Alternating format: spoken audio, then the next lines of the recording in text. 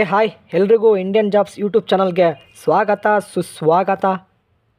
Video start ಮಾಡೋಕ್ಕೂ ಮುಂಚೆ ನನ್ನದೊಂದು ಚಿಕ್ಕದೊಂದು ಸಲಹೆ. ಅದೇನಪ್ಪ ಅಂದರೆ, ಈಗ ನೀವು ಯಾವುದೇ ಜಾಬ್ಸ್ ಅಪ್ಲೈ ಮಾಡಬೇಕಾದ್ರೆ ಅದು ಸ್ಟೇಟಲ್ಲಾಯಿತು ಸೆಂಟ್ರಲ್ ಆಯಿತು, ಫಸ್ಟು ನೀವು ನೋಟಿಫಿಕೇಷನನ್ನು ನೋಡಿ. ಅಂದರೆ ಎಕ್ಸಾಂಪಲ್ ಪೋಸ್ಟ್ ಎಷ್ಟಿದ್ದಾವೆ ಅಂತ. ಹಾಗೆ ನೀವು ಇಲ್ಲಿ ರಿಸರ್ವೇಷನ್ ಕೋಟೆಗಳಂತ ಇರ್ತವೆ, ಅಂದರೆ ಇಂತಿಷ್ಟು ರಿಸರ್ವೇಷನ್ ಕೋಟೆಗಳು ಅಂತ. ಈಗ ಎಕ್ಸಾಂಪಲ್ ಹೇಳಬೇಕಂದ್ರೆ ನಾನು ರೂರಲ್ ಏರಿಯಾ ಕೋಟ, ಕನ್ನಡ ಮೀಡಿಯಮ್ ಏರಿಯಾ ಕೋಟ, ಈ ಥರ, ಮತ್ತು SC ST ಪರಿಶಿಷ್ಟ ಜಾತಿ, ಪರಿಶಿಷ್ಟ ಪಂಗಡ ಮತ್ತು ಜನರಲ್ ಇವರಿಗೆಲ್ಲ ರಿಸರ್ವೇಷನ್ ಇರುತ್ತೆ. ಹಾಗೆ ಮಹಿಳೆಯರಿಗೆ ಅಂತ ಅಂದರೆ ಈಗ ಒಂದು ಎಕ್ಸಾಂಪಲ್ ಹೇಳಬೇಕಂದ್ರೆ ಇಷ್ಟು ಹುದ್ದೆಗಳಲ್ಲಿ ಮಹಿಳೆಯರಿಗೆ ಅಂತ ಇಂತಿಷ್ಟು ರಿಸರ್ವೇಷನ್ ಇರುತ್ತೆ. ಹಾಗೆ ಅಂಗವಿಕಲರಿಗೂ ಸಹ ರಿಸರ್ವೇಷನ್ ಇರುತ್ತೆ. ಈ ರೀತಿ ಎಲ್ಲ ರಿಸರ್ವೇಷನ್ನ ನೀವು ಉಪಯೋಗಿಸಬೇಕು. ಮತ್ತು ನೀವು ಫಸ್ಟು ಈ ಫೀಲ್ಡಿಗೆ ಅಪ್ಲೈ ಮಾಡಬೇಕು. ಏನಕ್ಕೆಂದರೆ ನೀವು ಫಸ್ಟ್ ಪ್ರಿಫರೆನ್ಸ್ ಇದಕ್ಕೆ ಕೊಟ್ಟರೆ ಇಲ್ಲಿ ಕಾಂಪಿಟೇಷನ್ ನಿಮಗೆ ಕಡಿಮೆ ಆಗುತ್ತೆ. ಇದು ನನ್ನದೊಂದು ಸಲಹೆ. ಏನಕ್ಕೆ ಅಂದರೆ ಇದು ಬಂದು ಅಪ್ರೆಂಟಿಸಸ್ಗೆ ಕರೆದಿರ್ತಾರೆ. ಈಗ ಇದು ಬಂದು ಯಾರಿಗೆ ಇಂಪಾರ್ಟೆಂಟ್ ಅಂದರೆ ITI ಯಾರು ಮಾಡಿರ್ತಾರೆ ಅವ್ರಿಗೆ, ಮತ್ತು 10th ಪಾಸ್ ಆದವ್ರಿಗೆ ಮೇನ್ ಅವ್ರಿಗೆ ಇದು ಇಂಪಾರ್ಟೆಂಟ್ ಆಗಿರುತ್ತೆ. ಈಗ ನೋಡ್ತಾ ಹೋಗೋಣ ಇದು ನೋಟಿಫಿಕೇಷನ್ ಯಾವ ಥರ ಐತೆ ಅಂತ. ನೋಡಿ ಫ್ರೆಂಡ್ಸ್, ಇಲ್ಲಿ ನಿಮಗೆ ಈ ಥರ ಪೋಸ್ಟ್ಗಳಿವೆ, ಅಂದರೆ ಟ್ರೇಡ್ಸಲ್ಲಿ ಒಂದೊಂದಾಗೆ ನಾನು ಹೇಳ್ತಾ ಹೋಗ್ತೀನಿ. ಅದಕ್ಕೂ ಮುಂಚೆ ಇಲ್ಲಿ ನೋಡ್ಕೊಳ್ಳಿ ನಿಮ್ಮ ಎಲಿಜಿಬಿಲಿಟಿ, ಅಂದರೆ ITI ಟ್ರೇಡ್ಸ್ ಯಾವ್ಯಾವ ಎಲಿಜಿಬಿಲಿಟಿ, ಮತ್ತು ನಿಮ್ಮ ವೇಕೆನ್ಸಿಗಳು ನಿಮ್ಮ ಕ್ಯಾಟಗರಿ ವೈಸ್ ಮೇಲೆ ಡಿಪೆಂಡ್ ಆಗಿರ್ತವೆ. ಈಗ ಟೋಟಲ್ ವೇಕೆನ್ಸಿ ಎಷ್ಟಿದಾವೆ ಅಂದರೆ ಇಲ್ಲಿ ನೋಡಿ, ಟೋಟಲ್ ವೇಕೆನ್ಸಿ ಕೊಟ್ಟಿದ್ದಾರೆ 275 ಟೋಟಲ್ ವೇಕೆನ್ಸಿ. ಇವು ಬಂದು ನಿಮ್ಮ ಕ್ಯಾಟಗರಿ ವೈಸ್ ಮೇಲೆ ಡಿಪೆಂಡ್ ಆಗ್ತವೆ. ಈಗ ನಾನು ಒಂದೊಂದಾಗಿ ಪೋಸ್ಟ್ ಹೇಳ್ತಾ ಹೋಗ್ತೀನಿ. ಇಲ್ಲಿ ನೋಡಿ, ಮೆಕ್ಯಾನಿಕ್ ಡೀಸೆಲ್ ಫಸ್ಟ್ ಮತ್ತು ಅವ್ರಿಗೆ ಬಂದು ಇಂತಿಷ್ಟು ಅಂತ ಪೋಸ್ಟ್ಗಳಿವೆ. ನಿಮ್ಮ ಕ್ಯಾಟಗರಿ ವೈಸ್ ಮೇಲೆ ಡಿಪೆಂಡ್ ಇದ್ದಾವೆ. ಅವ್ರಿಗೆ ಬಂದು ಟೋಟಲ್ 25 ಇದ್ದಾವೆ. ಒಂದೊಂದಾಗಿ ಹೇಳ್ತಾ ಹೋಗ್ತೀನಿ ನೋಡಿ. ನೆಕ್ಸ್ಟು ಮಚಿನಿಸ್ಟ್ ಅವರಿಗೆ, ಮತ್ತು ಮೆಕ್ಯಾನಿಕ್, ಅದರಲ್ಲೂ ಸಹ ಈಗ industrial cooling and packaging air conditioning ಅವರಲ್ಲಿ ಇದ್ದಾವೆ.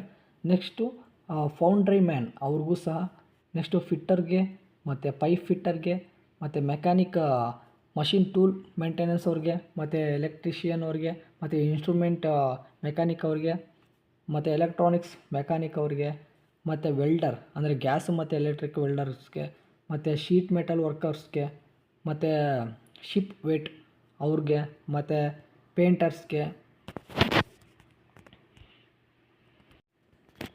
ಮತ್ತು ಈಗ ಮೆಕ್ಯಾನಿಕ್ ಮೆಚಾಟ್ರಾನಿಕ್ಸ್ ಅವ್ರಿಗೆ, ಮತ್ತು computer operator and programming assistant ಅವ್ರಿಗೂ ಸಹ ಇರುತ್ತೆ ನೋಡಿ.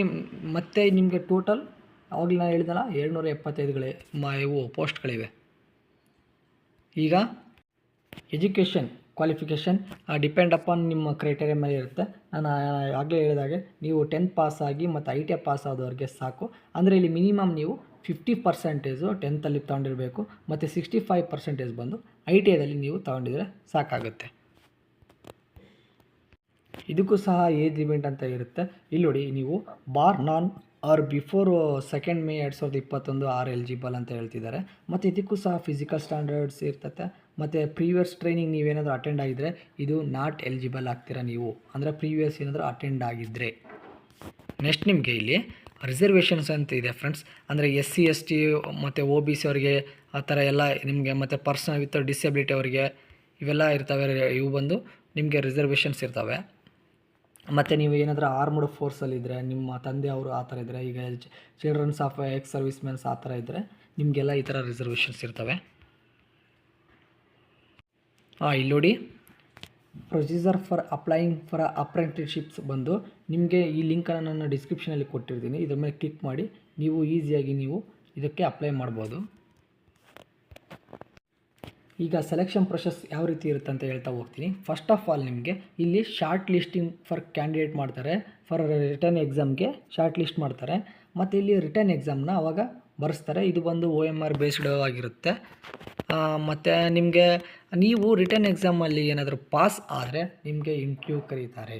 ಇಂಟರ್ವ್ಯೂವಲ್ಲಿ ನೀವು ಇಷ್ಟು ರೇಷ್ ಅಂತ ಇರುತ್ತೆ, ಇಷ್ಟರಲ್ಲಿ ನೀವು ಇದಾದರೆ ನಿಮಗೆ ನೆಕ್ಸ್ಟು ನಿಮಗೆ ಡಾಕ್ಯುಮೆಂಟ್ ವೆರಿಫಿಕೇಷನ್ ಕರೀತಾರೆ. ಈ ಡಾಕ್ಯುಮೆಂಟ್ ವೆರಿಫಿಕೇಷನಲ್ಲಿ ಏನೇನು ಇಸ್ಕೋಬೇಕಪ್ಪ, ಏನೇನು ತೊಗೊಂಬರ್ಬೇಕು ಇಂಪಾರ್ಟೆಂಟ್ ಅಂತ ನಾನು ಈಗಲೇ ಹೇಳ್ಬಿಡ್ತೀನಿ, ನೋಡ್ಕೊಳ್ಳಿ. ಫಸ್ಟ್ ನೀವು ನಿಮ್ಮ 10ನೇ ಕ್ಲಾಸ್ ಮಾರ್ಕ್ಸ್ ಕಾರ್ಡು, ಮತ್ತು ITI ಮಾರ್ಕ್ಸ್ ಸರ್ಟಿಫಿಕೇಟ್ ಇರಬೇಕು, ಮತ್ತು ಆಧಾರ್ ಕಾರ್ಡ್ ಇರಬೇಕು, ಕ್ಯಾಸ್ಟ್ ಸರ್ಟಿಫಿಕೇಟ್ ಇರಬೇಕು, ಮತ್ತು ನೀವೇನಾದರೂ ಅಪ್ಲಿಕೇಬಲ್ ಆಗಿದ್ದರೆ PWDಗೆ ಸರ್ಟಿಫಿಕೇಟ್ ಅದಕ್ಕೂ ಸಹ ಇರಬೇಕು. ಮತ್ತು ಎಕ್ಸ್ ಸರ್ವಿಸ್ ಮ್ಯಾನ್ ಏನಾದರೂ ಅಪ್ಲಿಕೇಬಲ್ ಇದ್ದರೆ ಅದಕ್ಕೂ, ಮತ್ತು ನೀವೇನಾದರೂ NCC ಸರ್ಟಿಫಿಕೇಟ್ ಏನಿದ್ರೆ ಅದಕ್ಕೂ ತರಬೇಕು. ಮತ್ತು ಸ್ಪೋರ್ಟ್ಸ್ ಸರ್ಟಿಫಿಕೇಟ್ಸ್ ನಿಮ್ಮ ಕಡೆ ಏನಾದಿದ್ದರೆ ತರಬೇಕು. ಇವಕ್ಕೆ ನೀವು ಏನು ಮಾಡಬೇಕಂದ್ರೆ ಇಲ್ಲಿ ಸೆಲ್ಫ್ ಅಟೆಸ್ಟೆಡ್ನ ಮಾಡ್ಕೊಂಬರಬೇಕು ಡ್ಯೂರಿಂಗ್ ಇಂಟರ್ವ್ಯೂಗೆ.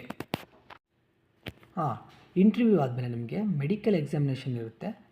ಮೆಡಿಕಲ್ ಎಕ್ಸಾಮಿನೇಷನ್ ಯಾವ ರೀತಿ ಇರುತ್ತೆ ಅಂತ ಹೇಳ್ತೀನಿ.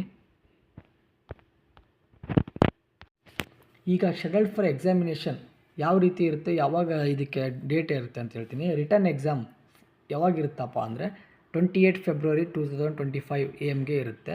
Next declaration of return exam result ಯಾವಾಗ ಬಿಡ್ತಾರೆ ಅಂದರೆ 4th ಮಾರ್ಚ್ನಲ್ಲಿ ರಿಸಲ್ಟ್ ಬಿಡ್ತಾರೆ. ಈಗ medical interview and medical exam ಯಾವ ಥರ ಇರುತ್ತೆ ಅಂತ ಹೇಳ್ತೀನಿ ನೋಡಿ.